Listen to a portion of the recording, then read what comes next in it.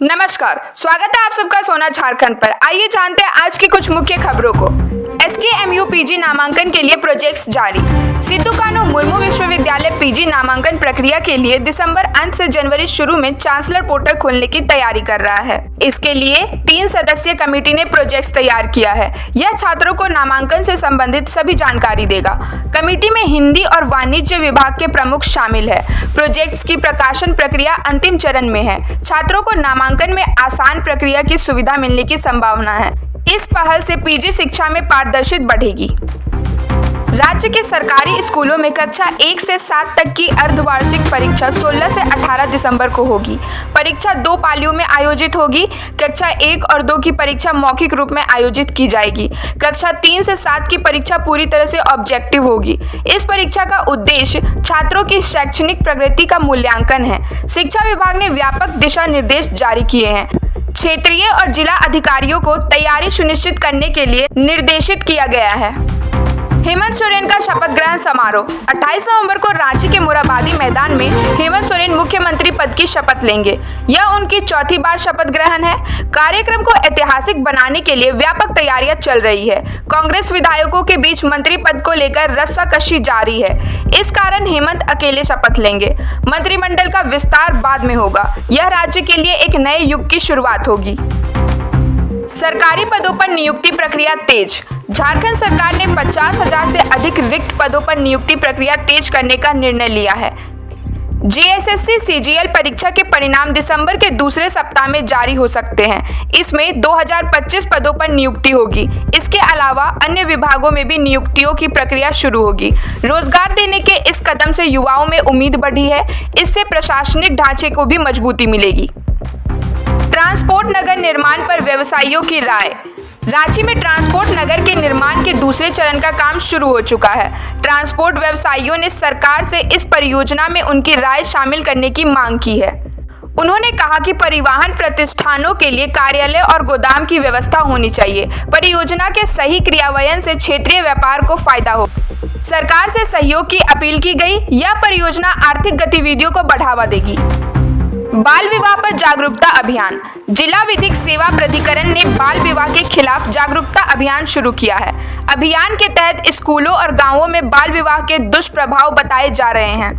छात्रों को उनके अधिकार और कानून की जानकारी दी जा रही है। बाल विवाह के कारण लड़कियों की शिक्षा और स्वास्थ्य प्रभावित होते हैं। इस कार्यक्रम से समाज में सकारात्मक बदलाव की उम्मीद है। कानूनी जागरूकता बढ़ाने के लिए यह पहल सराहनीय है।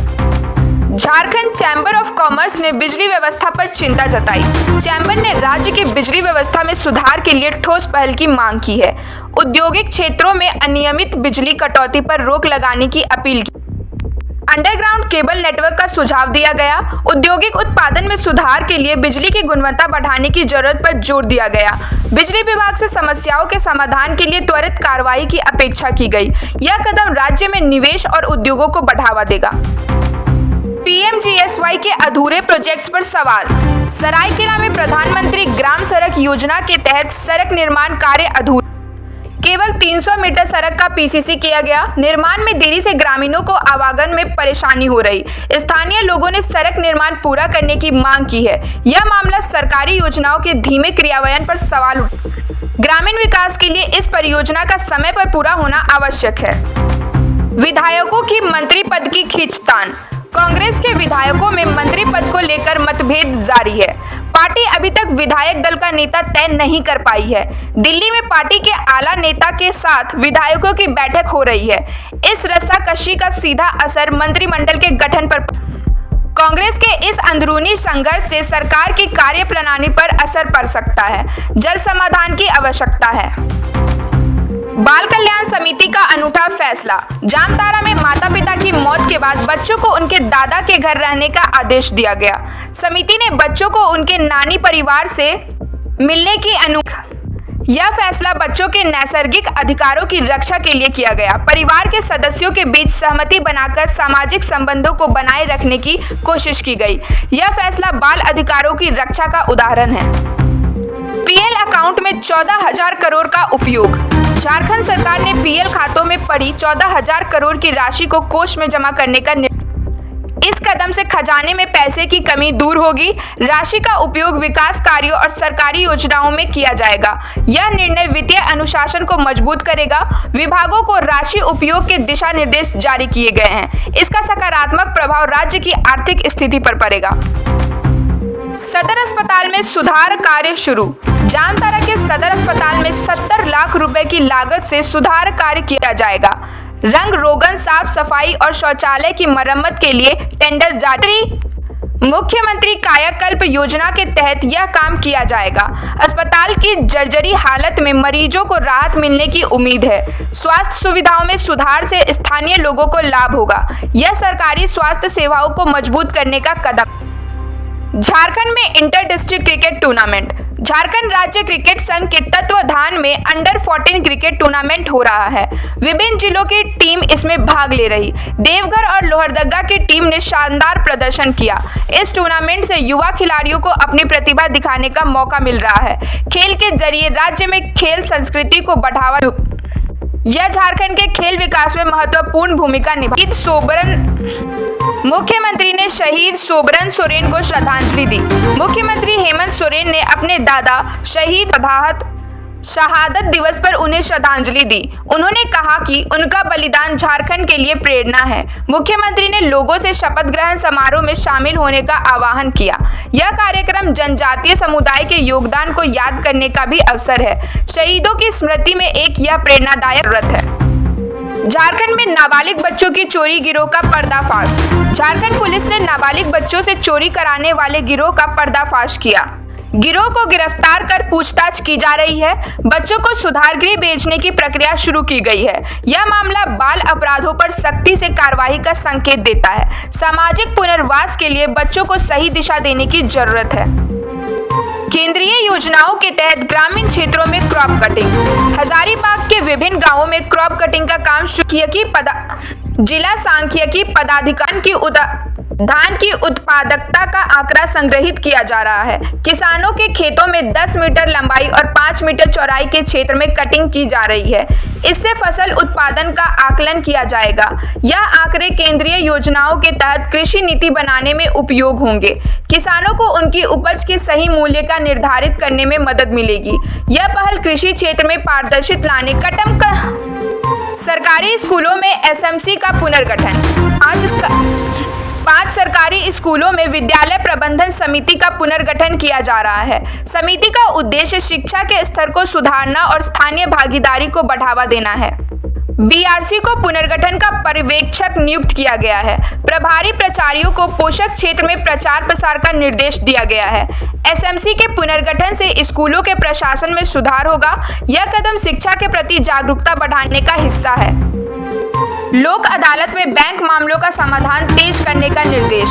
झारखंड के हजारीबाग में नेशनल लोक अदालत 14 दिसंबर को आयोजित की जाएगी। जिला जज ने बैंक अधिकारियों को नोटिस जारी कर मामलों के त्वरित समाधान का निर्देश दिया है।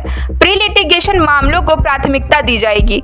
पक्षकारों को नोटिस देकर विवाद का निपटारा करने की योजना बनाई गई है। लोक अदालत के जरिए विवाद समाधान प्रक्रिया को गति मिलेगी। इससे बैंकिंग क्षेत्र में लंबित मामलों को निपटाने में मदद मिलेगी। जंगली जानवरों से सुरक्षा के लिए ग्रामीणों की मांग। हजारीबाग में जंगली जानवर के हमलों से ग्रामीणों में दहशत है। हाल ही में एक बैल पर लकड़बग्घे के हमले से उसकी मौत हो गई। भेड़ियों के हमले से पहले भी ग्रामीण घायल हुए थे। जंगली हाथियों का डेरा शासन से स्थानीय प्रतिनिधियों ने प्रशासन से सुरक्षा के ठोस उपाय करने की मांग की है। वन विभाग से ग्रामीणों को जागरूक कराने और राहत प्रदान करने की अपील की गई है। बाल विवाह मुक्त भारत अभियान की शुरुआत। हजारीबाग में बाल विवाह मुक्त भारत अभियान के तहत जागरूकता कार्य पदाधिकारी जिला समाज कल्याण पदाधिकारी ने बाल विवाह के सामाजिक और कानूनी दुष्प्रभावों पर चर्चा की। कार्यक्रम का उद्देश्य समाज में बाल विवाह की परंपरा को खत्म करना है। वेबकास्टिंग के माध्यम से दिल्ली से अभियान का शुभारंभ किया गया। इसके तहत आंगनवाड़ी केंद्रों पर भी कार्यक्रम आयोजित हुए। यह पहल बच्चों के अधिकारों की रक्षा का प्रयास है। प्रदोष व्रत के महत्व पर जागरूकता। झारखंड में मार्गशीर्ष माह का पहला प्रदोष व्रत आध्यात्मिक और इस व्रत का धार्मिक और आध्यात्मिक महत्व है। प्रदोष व्रत के महत्व पर जागरूकता। झारखंड में मार्गशीर्ष माह का पहला प्रदोष व्रत 28 नवंबर को मनाया जाएगा। इस व्रत का धार्मिक और आध्यात्मिक महत्व है। स्थानीय मंदिर में भगवान शिव का अभिषेक किया जाएगा। श्रद्धालुओं को गंगाजल का छिड़काव कर घर शुद्ध करने और गरीब को दान करने में सुख दुख। इस व्रत से जीवन में सुख समृद्धि और संकटों से मुक्ति की मान्यता है। धार्मिक आयोजनों से सामाजिक एकजुटता भी। झारखंड राय यूनिवर्सिटी में रक्तदान शिविर। रांची में झारखंड राय यूनिवर्सिटी और रिम्स ब्लड बैंक के सहयोग से रक्तदान शिविर आयोजित किया गया। शिविर में 2007 यूनिट रक्त संग्रह किया गया। कुलपति डॉक्टर पीयूष रंजन ने रक्तदान को मानवता की सेवा का यह शिविर छात्रों और कर्मचारियों को समाज सेवा से जोड़ने का प्रयास है। कार्यक्रम में 50 स्वयंसेवक ने आयोजन में मदद की। इससे जरूरतमंद मरीजों को रक्त उपलब्ध कराने। पलामू में गरीब रथ का ठहराव मांग। सांसद वीडी राम ने लोकसभा में गरीब रथ ट्रेन के मोहम्मदगंज और पलामू स्टेशन पर ठहराव की मांग की। उन्होंने रांची नई दिल्ली राजधानी एक्सप्रेस का बागीधर नगर स्टेशन पर भी ठहराव प्रस्तावित किया। इस मांग का उद्देश्य ग्रामीण इलाकों को बेहतर रेल कनेक्टिविटी देना है। सांसद ने वंदे भारत ट्रेन को वाराणसी तक चलाने का भी सुझाव दिया। यह क्षेत्रीय यात्रियों को रेल सुविधाएं प्रदान करने का दिशा में महत्वपूर्ण कदम होगा। राज्य में क्वालिटी बिजली के लिए मांग। झारखंड चैम्बर ऑफ कॉमर्स ने राज्य में बिजली आपूर्ति की गुणवत्ता और स्थिरता बढ़ाने की मांग की। औद्योगिक क्षेत्रों में बिजली कटौती से उत्पादन पर असर पड़ रहा। चैम्बर ने अंडरग्राउंड केबल नेटवर्क के उपयोग की सिफारिश की। सरकार से बिजली व्यवस्था की आधुनिक बनाने के लिए ठोस कदम उठाने की अपील की गई। बिजली व्यवस्था में सुधार से उद्योगों और निवेशकों को लाभ होगा। मुख्यमंत्री ने शहीद अग्निवीर अर्जुन महतो के परिवार को सहायता दी। मुख्यमंत्री हेमंत सोरेन ने शहीद अग्निवीर अर्जुन महतो के आश्रित को 10 लाख रुपए का चेक सौंपा। इसके साथ ही परिवार को अनुकंपा नियुक्ति का भी आश्वासन दिया गया। अर्जुन महतो सड़क दुर्घटना में शहीद हुए थे। सरकार ने शहीद सैनिकों के परिवारों को प्राथमिकता देने की प्रतिबद्धता दिखाई। यह कदम राज्य में सैनिक परिवारों को समर्थन प्रदान करने की पूर्ण है। आज के लिए इतना ही। आगे के अपडेट्स के लिए बने रहे हमारे